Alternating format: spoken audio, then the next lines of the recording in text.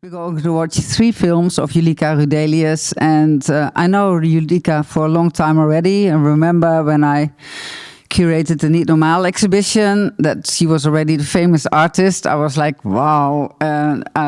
I showed there the film Forever, a beautiful film about how women are strict in this kind of beauty. How would you say that? Beauty. I don't know. Economic Primacy is another work. That's really, we're not going to show that one, but it's really something you should take a look at. So all the works of Julika as a filmmaker are part of her ongoing research into the field of political, social issues, and specifically power and intimacy. And well, we will be having a Q&A later after the film, so we will show the 3 films backwards, I think, in time. And then afterwards we'll have a Q&A with Julika. You can, yeah, you can, if you, yeah. Hey there, everybody. Thanks for showing up. Thanks for inviting me, IMPAKT. I actually, IMPAKT produced the very first film I got in every newspaper with, and nobody ever expected it. It was a group of 4 male teenagers who thought like, oh, we're just going to do this little thing with these unknown artists in a train. And then I came in this, and they showed up at the show with these newspapers where they were all saying like really weird stuff about women. And IMPAKT basically financed this work, so thank you again. All my works, I mean, I grew up in a very strange settings, whatever, half commune, left-wing parents, whatever, the whole shebang. And I got stuck with this very awkward feeling of always looking at people and thinking like, oh my God, what are they doing? And also the other thing like, oh wow, this should be different. So I'm trying basically to get in contact with people who I don't understand at all. Very often I become friends with people who I before very much criticized, or I try to inquire into groups of people which I think we should consider differently. And it's basically always this kind of journey of trying to figure out something about myself, but also about the other group. And my films make me very, very awkward, so I'm going to leave the room when you have to watch them back to back. Sorry, that's all. And the first film you're going to see is I shot, well, I've been living for a long time in Holland, then in New York and China, whatever. And I had to go back due to family issues a couple of years ago. And it's very, very confronting to be back in a kind of an environment, in a sub-environment where you nearly grew up with. So the first film is about, for me, the Grease list. And then the other one I made when I was in the United States, briefly before the Obama elections, for the first election where Obama was has been elected for president. So it's very fitting that we show it today, fingers crossed. And the last one I did when I had a residency in the Belmar here in Amsterdam. Okay, I hope you enjoy it. I come back in when you set through this. Tschüss.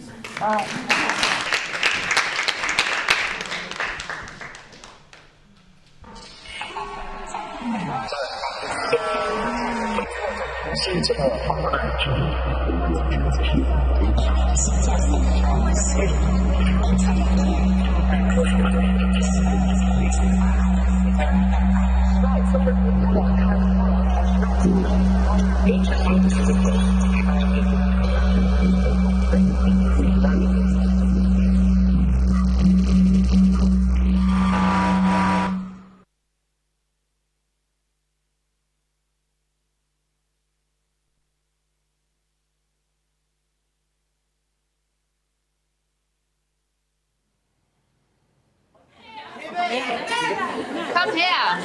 Nein! Nein! Come here.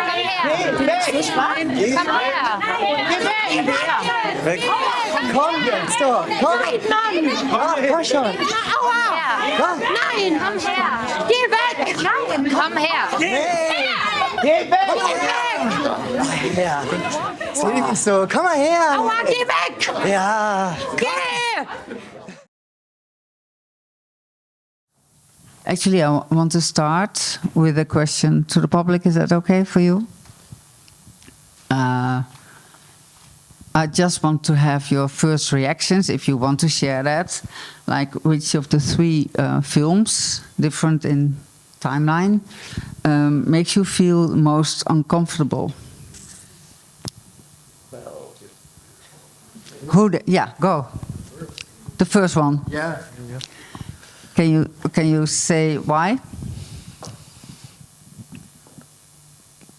Because it's so deeply stereotypically hippie-ish, like, oh no, oh, it's a sort of like Roy Anderson, like, no, I don't want, it's so embarrassing. Yeah, embarrassing. Something resonates with my embarrassing lob in my brain, and that. But maybe it's also because it's closest to you in gender, class, and race. Also, and yeah, ask somebody else. Yeah, perhaps. Like being embarrassed for. I mean, I had one time a thing that I mean, I'm German. I lived for a long time in the Netherlands, and I sat in a plane, and everybody was coming in, and they were super mega embarrassing Germans. And the guy was German next to me, and he's like, "Oh my God, that's so embarrassing." And I was like, "Oh, I'm so over it. I'm totally chill and relaxed." And then two Dutch people came in, and I was like, "Oh my God, they're the most embarrassing thing I've ever seen in my life." So I think it's also maybe that, no? Nah, it doesn't feel honest.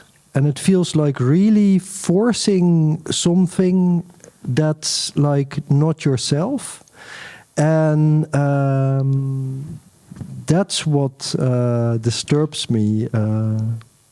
It's a little bit like Till Saman, Together, this movie. It has also like a sort of forced, like, you should be able to do anything. Like you should channel that beast in you. But like perhaps it's like, but perhaps it's just too forced. Yeah. It's too forced. It's like if that's not you, and you try to force that on this ego level or something, it won't change anything. That's yeah. But can I, Mark, even? I just wanted to say, because I told you guys, and you picked it up, like what makes you the most uncomfortable. And I was in the preliminary when I was saying, like, introducing the films. I said that I make films about people I find uncomfortable, but I want to say that the last film I made because I felt really uncomfortable about racism, and I wanted to find out. So I just want to say that I didn't feel uncomfortable with these people. And of course, it's also, for me, it's the most interesting part is the last film, I have to say honestly, because Arjen kind of convinced me to show it. And I was very concerned if I could still show it. So now it's about Your Blood is as Red as Mine, yet? I'm sorry. No. Taking over. No. I mean, okay? you messed them up, of course. I don't know. No, but go ahead. And I mean, I made the film 2003, and I think Edo Ridge wrote, I'm not going to talk with white people about racism again. You know all the book, don't you? And of course, this is in a way a little bit, I mean, I was thinking like, oh, if I would have, I mean, this is like a discrepancy from like nearly 15 years. And I was wondering if I should still show it, but it was a... Yeah, so the bridge is my question, like, you know, to the audience, what makes you feel most uncomfortable? Because I think that's really interesting. I have more to say. No. And then the bridge is, Julika talks about what made her feel uncomfortable about actually your own films or showing, especially showing or screening or publicly screening Your Blood is as Black as Mine. No. Could you? Oh, I'm sorry. No, as red as mine, sure. Can you describe which? I think I know the part. Can I get no? Can I guess no? But can you tell what it was? Yeah. No, I mean, Your Blood is as Red as Mine. I'm actually. It went through a lot of edits because I'm still very. There's one thing where I asked a friend of mine why he's printing so light, and I was like, shit, I can't leave this part in it. But because I had another like a really big screening, like in Berlin. I mean, it's also here big screening, but I was really like, okay, they're going to kill me, and then, so that's the part where I'm thinking like, can I still do it? But on the other hand, I try to make white people as uncomfortable as possible in this film. And I think this is still a very valuable thing. And that's also why I kept the scene in the end in the film. Yeah. Because this was actually my best prepared shot. I mean, I knew all the kids who were standing there. I had waivers signed. And there was this guy, and he lived next to me, and he wanted that I shoot a really stupid hip-hop video for him. And he was pissed that I said, like, I don't want to shoot the hip-hop video for you. So he went into the shoot, which was like the only one where I had like really everything secure, blah, blah, blah. And he went in, he made a big stink. And a friend of mine who looks like nearly like this, like me, she stood in there while I was discussing inside, and the camera turned. And I think it's really nice to show that, or now we know that nothing is okay, but in 2003, everybody still thought that there is no racism anymore, which is really strange. I mean, now everybody's like, people are much more aware of this, but in 2003, people thought that when you go up to somebody who has a different skin color than you and say how nice their hairs are, you're already a non-racist. And of course, we are much further. But at that time, I wanted to have people in the cinema thinking like, oh shit, she said hanging out with these guys, but in the end, nothing is good. So that's, so. Yeah. So I tried to incorporate that in the film. Yeah, no, yeah. But the first film, the Tantra thingy film. Yeah. Tantra. Makes me mega I thought so. Yeah. I mean, because this is like, when I think like, wow, you guys have everything. You know, you have money, you have food, you have access, and then this weird way of packaging intimacy. It makes me super, that makes me really awkward too. I mean, this idea that you could even exercise it. But then why I can't watch it so good, because there's one guy in it who is like really, like this younger guy who's talking about his sexual experiences, like not having any sex since 8 years. And everybody in this group was kind of experienced in these kind of workshops, but he was poor and it was the first time for him. And he came out of this workshop and said like, I found new friends, everybody loves me, and then of course I feel like shit because it's not true. So everybody else was jaded, but he was really suffering. And for him, one hand, there was a chance that he could do this workshop, which he always wanted to do. But on the other hand, I thought like, oh my God, guy, that's the worst thing you can do. So. Because it's such a shallow, pretentious. Maybe not. I don't know. Maybe I just don't get it. Yeah, you don't get it. Because I would never, you know, I mean, I sat there during the filming and I was like, I'm behind a curtain. And I'm like, oh my God. And then at the same time, eventually it becomes very normal. You sit there and you think, yeah, of course, everybody's hugging and.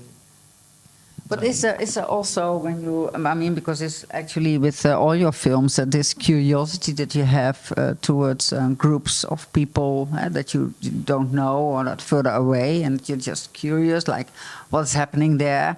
That is also something you want to kind of, like unpack or try to find, like what is behind there, or like the constructs behind there. Like where do Tantra workshops, like this last 10 years or something, I suppose, like come from, and they do have a resonance with hippie Bhagwan. I was thinking of Bhagwan, I did that in the 80s or something. You too? No, I've never. No, once a friend took me, like because I had a boyfriend who left me, and I was angry, so I should go to the Bhagwan and like. Let out my anger, and then I couldn't. This is terrible. I couldn't move my head for a week. Like my neck was so, like all the energy was really dangerous. Like dangerous. Anyways, but the construct behind. Anybody else has this kind of? I'm like, okay, I don't want to have Tantra experiences on stage. Yes, please go ahead, Tantra. Yeah. I'm off. In Your Blood Is As Red As Mine, except for the girl, who's probably a famous pop singer by now, you only filmed men. Why is that? It was in 2003. Okay, now also an intimate story. I left my boyfriend. He was white, and everybody in the art scene in Amsterdam said, "Oh my God, you're going to move to the Bijlmer, you're going to have a black boyfriend, and he's going to have a big penis." Seriously, I heard it several times, and I was furious. I was like, "Okay, guys, fuck you all. I'm going to go to the Bijlmer, and I'm just going to do interviews with men." So that was the initial trigger.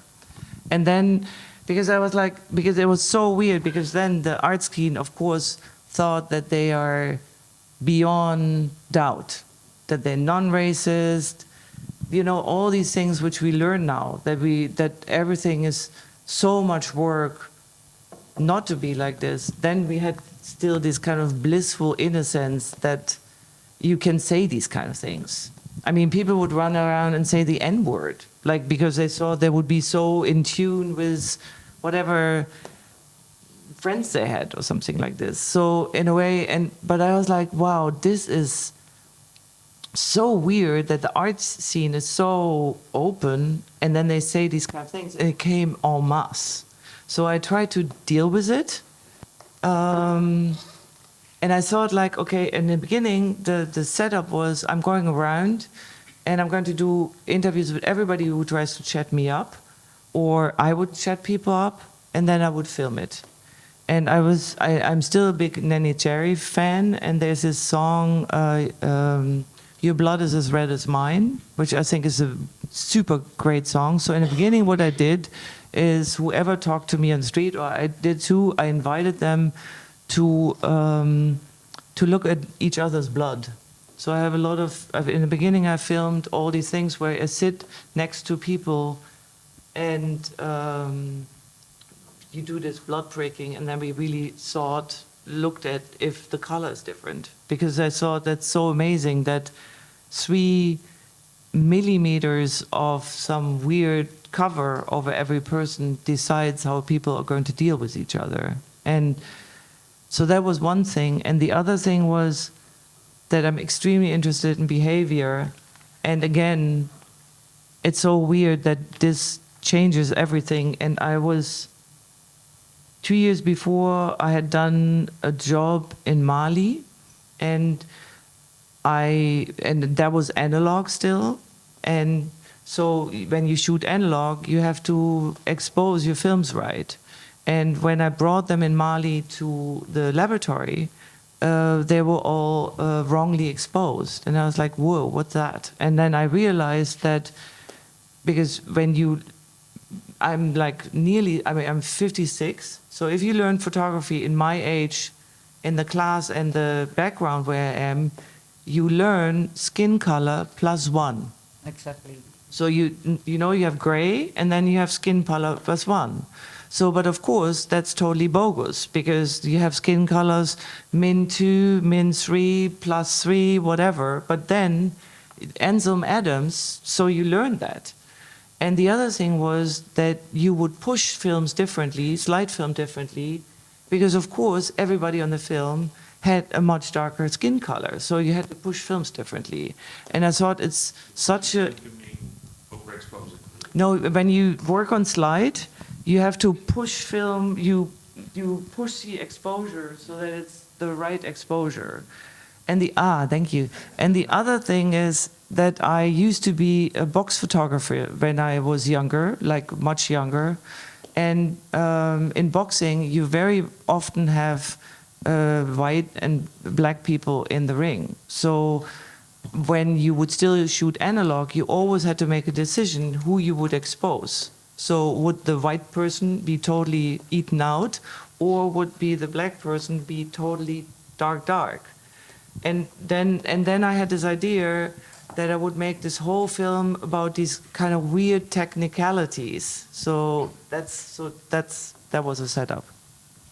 And one more fun fact: much later, I had for a long period of time a black partner.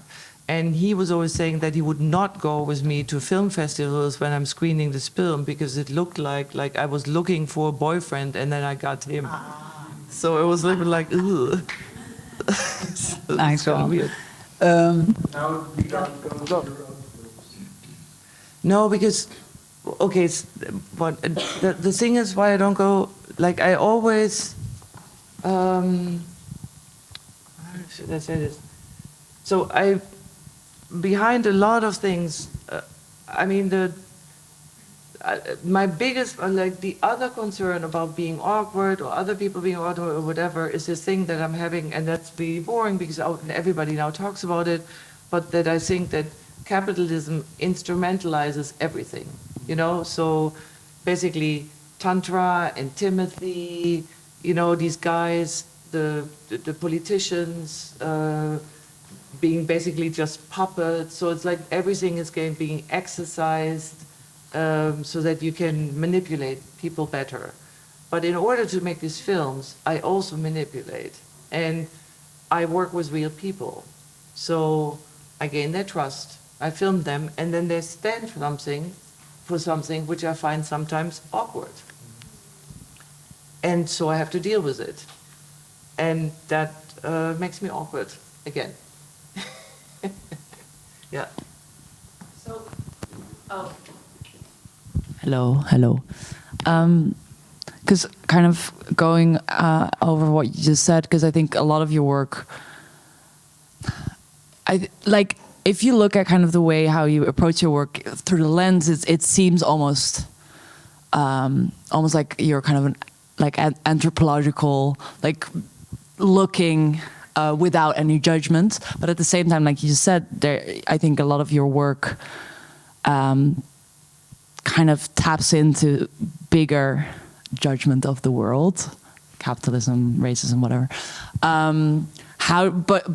In the lens, with the literal lens, you keep a certain distance, even though sometimes it can get very intimate. How do you kind of find that balance between wanting to maybe give out a bigger message, but at the same time being true to the real people that you film? Maybe not want to kind of put your message too much on kind of their reality. Like, is there a way that can, or is it too big of a question? No. I think it's a very contemporary question, and it's a huge question because, okay, I think that there's no being true to filming somebody else. So even if you have somebody who is only speaking the word, only how you film it, how you distribute it later, I think it's an illusion. So I think when you're a filmmaker, you should own that you use other people's likeliness. I don't think it's easy, but I also don't think I'm teaching also, and I have a really big problem with people who are putting out films where people tell you what's good. Because I think for me, art is also always seduction. So what I try is I try to seduce people into something by either awkwardness or beauty or fascination. And then I try to build up the people so that you kind of like them. And then I try to make the people, so you like the people, or you think like, oh, this looks pretty, or this is kind of awkward, but it's, why are, you know, these kind of things. And then I try to feed in the back that even so you might like them now, or maybe you recognize things of yourself in them, there is this other thing, what they still represent. And so, and of course, I got a lot of things where people say like it's anthropological, and I don't think so, because I'm cutting the living hell out of it. Yeah. The subject. Oh, sorry. I don't think an objective lens ever exists, but it is kind of maybe to kind of say like there is a kind of. Yeah, I try to. I mean, I really. So basically, there's a couple of things. So an editor I used to work with for a really long time, he would always say, the moment you can't look at the edit anymore, it's good. So this was my trigger. So I would just run out and like, no, we can't do this, we can't do this. And then we would pull it back. So I'm trying, so basically all the people who work in my films saw themselves and liked themselves.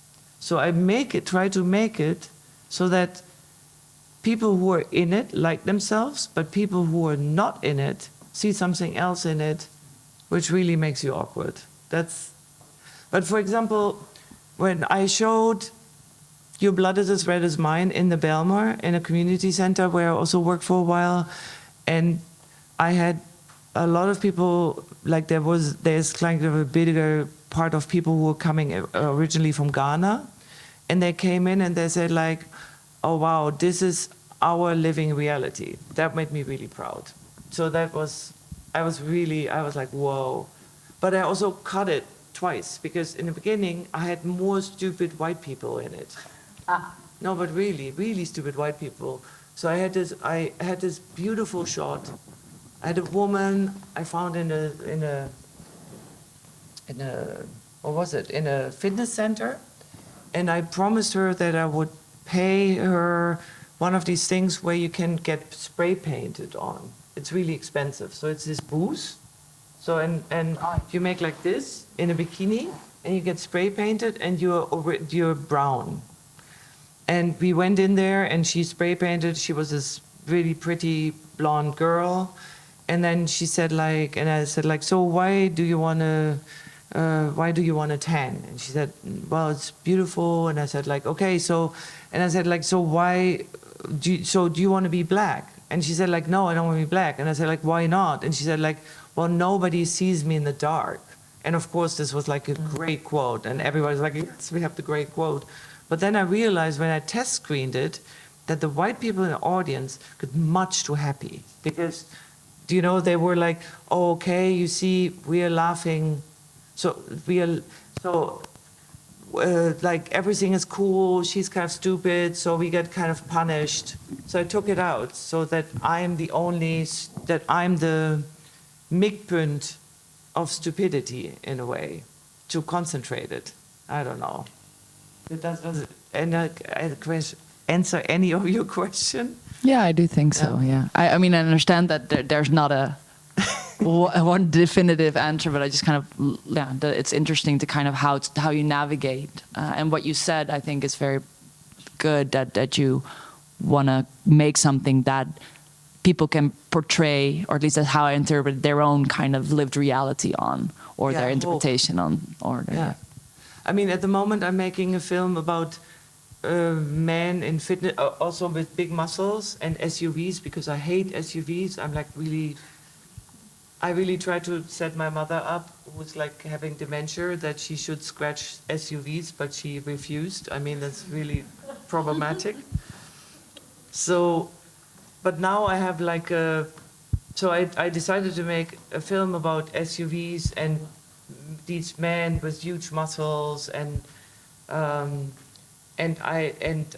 I was already telling to Ian, like, I had like 2 or 3 incels now in the cast, and it's very strange because I'm hanging with them, and I think like, yeah, of course, yeah, EQE from Mercedes, no problem, you know, and it's like a huge fucking limousine, like, so in a way, I hang with people for a while, and then I try to recapture my prejudices before I film, and then I try to get them a little bit out of it when I edit. Maybe that's it. Yeah. Yeah. No. No? Yeah. When you interview people, how many times you make them watch and confirm that they are comfortable being the film, or Once. Once? Okay, thank you. That's all. Well, the thing is, yeah. How much time do they have to think about that they are comfortable what it is being edited? I don't know. Well, they watch it, but yeah. And I tried, for that reason, I tried to work with actors for my last film. But I do want to... At the moment, there are a lot of safe films being made, and I don't know if anything I do ever change anybody thinking anything, but I think that the safe films don't change anything besides that people feel good about having said the right thing. And I don't know if this is because I'm in a position of power due to where I grew up, due to my passport, due to all these kind of things. And it's easy for me to say, but it's a very, very complicated time anyways. And, but I think when we would only make films where everything feels safe, I don't think they move anything. Julika? Yeah. And that's like a wonderful ending. And I'm saying that because in 10 minutes the next program will gonna start.